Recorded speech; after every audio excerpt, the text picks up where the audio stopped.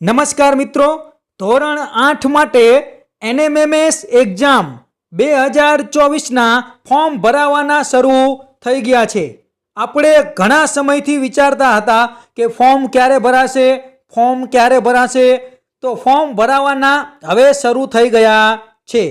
આપણે આજના વિડીયોમાં જોઈશું કે NMMS એક્ઝામનું ફોર્મ ભરવા માટે કયા કયા ડોક્યુમેન્ટ જોઈએ, આવક મર્યાદા કેટલી છે, કોણ ફોર્મ ભરી શકે અને કોણ ફોર્મ ના ભરી શકે, આ વખતે થયેલા મહત્વના સુધારાઓ વિશે પણ આપણે આજના વિડીયોમાં વાત કરીશું। અને જો તમારે NMMS ની તૈયારી માટેના વિડીયો જોવા હોય તો એની લિંક તમને આઈ બટનમાં આપેલી છે અને ડિસ્ક્રિપ્શનમાં પણ આપેલી છે, ત્યાં ક્લિક કરી અને તમે એ વિડીયો જોઈ શકશો।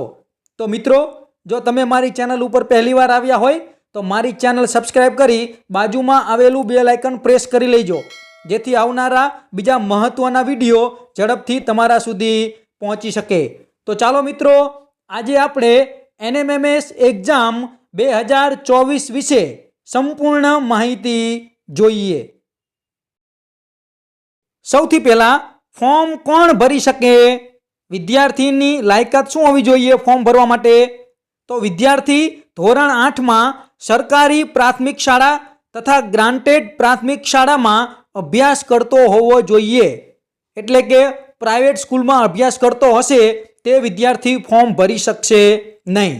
ત્યારબાદ બીજું કે ધોરણ 7માં જનરલ અને OBC કેટેગરીના વિદ્યાર્થીઓને 55% અને SC અને ST કેટેગરીના વિદ્યાર્થીઓને 50% ગુણ હોવા જોઈએ કાં તેને સમકક્ષ ગ્રેડ હોવો જોઈએ, તે જ વિદ્યાર્થી ફોર્મ ભરી શકશે।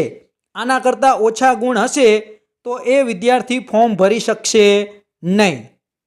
ત્યાર પછી આવક મર્યાદા, વાલીની આવક કેટલી હોવી જોઈએ? તો વાલીની વાર્ષિક આવક ₹3,50,000થી વધારે ન હોવી જોઈએ। 3,50,000 કે તેનાથી ઓછી હશે તે જ વિદ્યાર્થી ફોર્મ ભરી શકશે, કારણ કે આપણે આવકનો દાખલો પણ સાથે સાથે અપલોડ કરવાનો છે। એટલે વિદ્યાર્થી પાસે વાલીની આવકનો દાખલો 3,50,000 કે તેથી ઓછી આવકનો દાખલો હોવો જોઈએ। ત્યારબાદ પરીક્ષા ફી વિદ્યાર્થીઓએ કેટલી ભરવાની? તો જનરલ, EWS, OBC કેટેગરીના વિદ્યાર્થી હોય તેમને ₹70 ફી ભરવાની છે, અને જે PH એટલે કે વિકલાંગ હોય, SC હોય અને ST હોય તે કેટેગરીના વિદ્યાર્થીઓએ ₹50 ફી ભરવાની છે। અને એકવાર તમે ફોર્મ ભરી દીધું, ફી ભરી દીધી પછી કોઈ પણ સંજોગોમાં ફી પાછી મળશે નહીં। ત્યાર પછી શિષ્યવૃત્તિની રકમ, જે વિદ્યાર્થીઓ પાસ થાય અને મેરિટમાં આવે તેમને કેટલી શિષ્યવૃત્તિ મળશે? તો વાર્ષિક ₹12,000, એટલે કે 4 વર્ષના કુલ ₹48,000 સ્કોલરશીપ મળશે। દર મહિને ₹1,000 મળે એ રીતે કુલ ₹48,000 સ્કોલરશીપ મળશે। મિત્રો, ચેનલ સબસ્ક્રાઇબ ના કરી હોય તો ચેનલ સબસ્ક્રાઇબ કરી દેજો, અને વિડીયો લાઇક ના કર્યો હોય તો વિડીયો લાઇક પણ કરી દેજો। ત્યારબાદ આપણે આગળ જોઈએ અપલોડ કરવાના ડોક્યુમેન્ટ। ફોર્મ ભરતી વખતે કયા કયા ડોક્યુમેન્ટ અપલોડ કરવાના છે? તો એક વિદ્યાર્થીનો ફોટો, એક વિદ્યાર્થીની સહી અને વાલીનો આવકનો દાખલો, આ 3 વસ્તુ આપણે અપલોડ કરવાની છે। આગળ જોઈએ ફોર્મ સાથે જોડવાના ડોક્યુમેન્ટ। કયા કયા ડોક્યુમેન્ટ આપણે જોડવાના છે?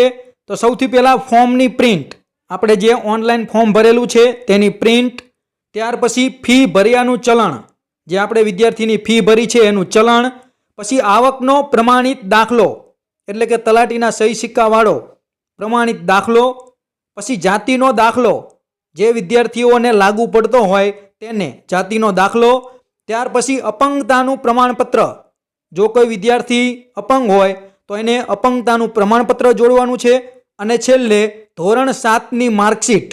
આટલા ડોક્યુમેન્ટ તમારે ફોર્મ સાથે જોડવાના છે। ત્યાર પછી ફોર્મ ભરવાની વેબસાઇટ, કે કઈ વેબસાઇટ ઉપર તમે ફોર્મ ભરી શકશો? તો એનું નામ છે www.secbexam.org। આ વેબસાઇટ ઉપર જઈ અને તમે ઓનલાઈન ફોર્મ ભરી શકશો.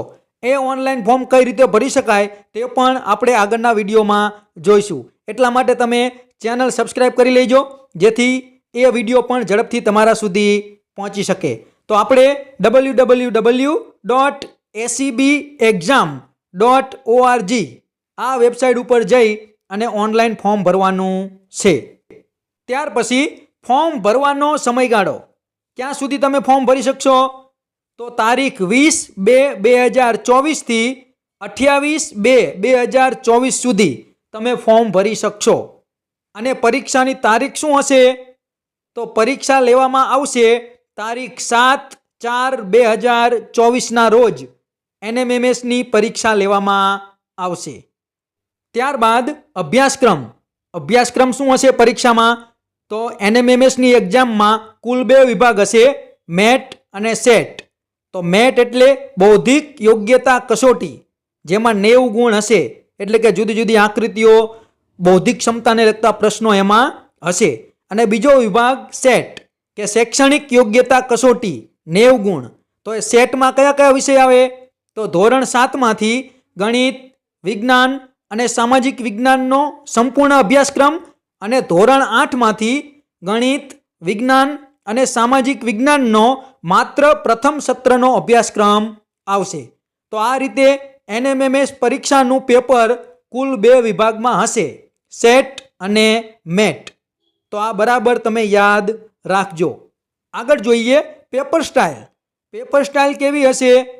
તો પહેલું બૌદ્ધિક યોગ્યતા કસોટી, કે જે તાર્કિક પ્રશ્નો હશે, તેમાં 90 પ્રશ્નો, 90 ગુણ અને 90 મિનિટ. એક પ્રશ્ન માટે 1 મિનિટ તમને મળશે.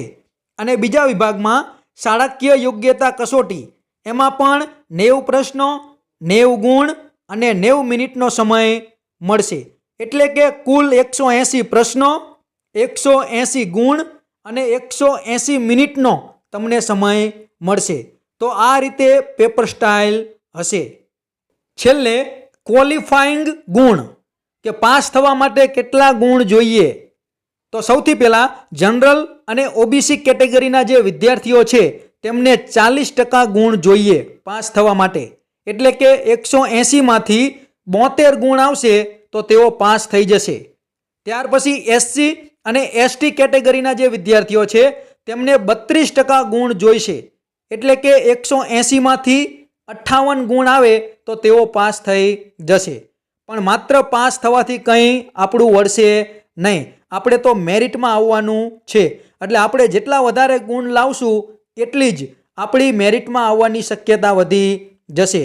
તો બરાબર મિત્રો તમે તૈયારી કરજો. તો મિત્રો હું આશા રાખું છું કે આ વિડીયો ઉપરથી તમને તમામ માહિતી મળી ગઈ હશે અને બધી જ બાબત તમને સમજાઈ ગઈ હશે. છતાં પણ તમને કોઈ પ્રશ્ન હોય તો તમે કોમેન્ટમાં જણાવજો. હું એ પ્રશ્નનો ચોક્કસથી તમને જવાબ આપીશ. અને NMMSની તૈયારી માટેના વિડીયો, મોડેલ પેપર એ બધું તમારે જોવું હોય તો એની લિંક તમને આઈ બટનમાં પણ આપેલી છે અને નીચે ડિસ્ક્રિપ્શનમાં પણ આપેલી છે. ત્યાં ક્લિક કરી અને તમે એ બધા વિડીયો જોઈ શકશો. તો મિત્રો, જો તમે મારી ચેનલ ઉપર પહેલીવાર આવ્યા હોય અને મારી ચેનલ સબસ્ક્રાઈબ ના કરી હોય તો ચેનલ સબસ્ક્રાઈબ કરી બાજુમાં આવેલું બેલ આઇકન પ્રેસ કરી લેજો, જેથી મહત્ત્વના વિડીયો ઝડપથી તમારા સુધી પહોંચી શકે. તો ચેનલ સબસ્ક્રાઈબ કરવાનું ભૂલતા નહીં. Thank you.